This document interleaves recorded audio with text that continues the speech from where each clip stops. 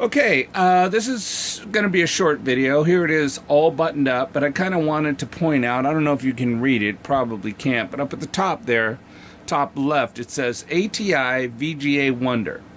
It was one of the first ATI VGA Wonder cards to come out, and the cool thing about it is that it had a bus port on it, so you could plug in a Microsoft bus mouse. As you can see, we've got no errors now. I went into CMOS and I've fixed that. And the BIOS from the SCSI controller reads perfectly and it boots right into DOS. I haven't done anything more to it. I haven't loaded the CD-ROM driver, nor have I loaded DA5, which I really love to load. And then all the period-specific software that you would have for this computer, which would be Decimate and things like that. There's the 1.44 floppy. It's an original Radio Shack. This is how the CD-ROM opens, and this does work. And it's just, I know, like I said in my earlier video, I am not keeping true to my word on this. If I can find another CD-ROM like I have on my other 1000 Tandy Radio Shack CD-ROM, but they're hard to come by. It's almost identical to this, except it opens up a different way. I think I show it in my video of my Tandy 1000 museum. In that video, you'll see it there. This one opens up a little bit differently. It's a single speed, but it's so cool. I just love it. So that's pretty much it. She's all together. She's all put back. Now I've just got to load all the drivers for it.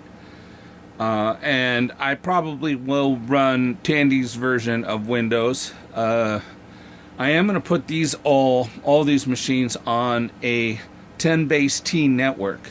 That ought to be fun. If anyone recalls 10 base T, it was one of the original style networks where it was just a coax cable, and then they just had terminators on the ends of the network on both ends. And each one was teed together via this cable. And they all shared information that way. And it was one of the first networks available, and it was one that I remember well when these computers were first coming out. And it was also one that we played our first LAN party on, 10 base T. So I'm going to get these machines to all run 10 base T, which ought to be a feat in itself, because if anyone remembers 10 base T, I do have the NICs, the 10 base T NICs, but if anyone remembers it, if you can think that far back, or if have any dealings with it, I don't even know if you can Google it and find out about it. It was a real bear to configure. Excuse me, I'm still high on cold medicine. But here she is. I am going to be looking for a period correct Tandy monitor. She is running VGA, so I'm going to be looking for another VGA monitor. I do have a few Tandy VGA monitors, but they're on other computers, and I don't want to take them away. So that's going to be the next thing, so that I've got this 100% complete and restored. But for now, she is working perfectly. That's all I have on it right now. I mean, what I notice is how fast this hard drive is. I mean, I'm so used to MFMs on these computers. You get a SCSI. I didn't even write down I did. And they just move so much faster. And I apologize for the flicker. It's such a horrible monitor that the refresh rate is really bad on this. But I just wanted to show you how fast, look at how fast it goes through this.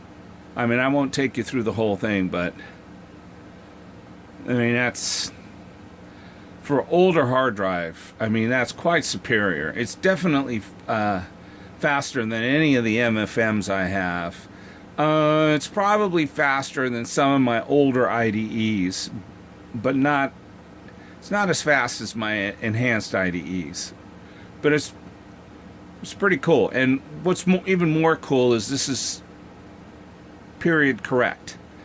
I did do some checking, and the Tandy 4000 did have an option for a SCSI hard drive, and that was considered an upgrade. So here it is in all its glory. Basically, she's got 10.5 megs of RAM, a 1.44 floppy, an 80 megabyte hard drive, a ATI VGA Wonder video card. She's a 386 running a 387 math coprocessor, and one of the coolest single-speed CD-ROM drives that I have ever worked with. And I'm going to get all that going. I mean, all that worked. I just need to reload the drivers. Okay, again, like always, thanks for watching. You guys have a great day and a better life. See ya.